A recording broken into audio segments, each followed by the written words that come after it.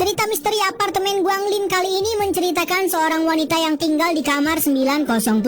Hari itu ketika dirinya sedang bersiap, ada berita yang menyiarkan bahwa ada seorang pria yang menghabisi istri dan anaknya. Dan pelaku tersebut menjadi buron karena melarikan diri. Ia memiliki kekasih namun tidak tinggal bersamanya. Perempuan ini ternyata adalah seorang apoteker di dekat tempat tinggalnya.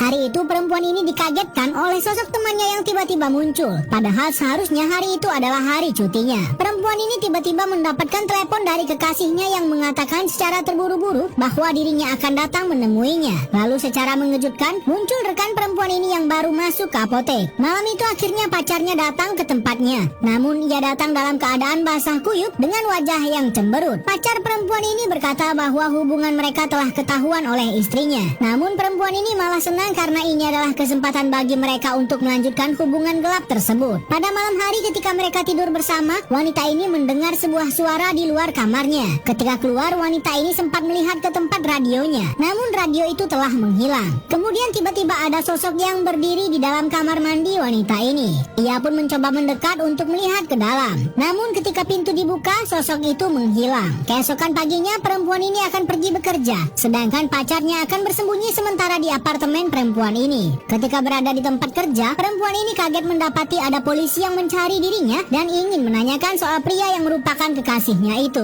Ternyata kekasihnya terlibat kasus penghilangan nyawa terhadap istri dan anaknya. Jadilah perempuan ini tergesa-gesa untuk pulang dan mencari keberadaan kekasihnya itu untuk minta penjelasan. Kekasihnya itu sedang mandi dan berkata, "Jangan beritahu siapapun, aku mau mandi di sini." Namun selagi perempuan ini beres-beres, anehnya kekasihnya itu selalu mengulangi kalimat yang sama. Sampai akhirnya perempuan ini muak dan berteriak menyuruh kekasihnya itu segera bersiap dan keluar dari kamar mandi. Perempuan ini pun mulai takut dan curiga tentang siapa yang ada di dalam kamar mandi itu. Ia pun dikagetkan ketika tiba-tiba ada yang menggedor pintu apartemennya. Pria di kamar mandi itu terus-terusan berkata agar jangan memberitahu siapapun bahwa ia mandi di sana. Ia ketakutan karena suara pria di kamar mandi itu persis dengan suara kekasihnya ini. Namun tiba-tiba saja pria itu berhenti, membuka pintu tersebut dan kemudian mengatakan, "Sudah kubilang padamu untuk tidak memberitahu siapapun aku mandi di sini." Wanita ini mencoba mundur namun anehnya ruangan apartemennya langsung berubah dengan banyak cairan merah di sana.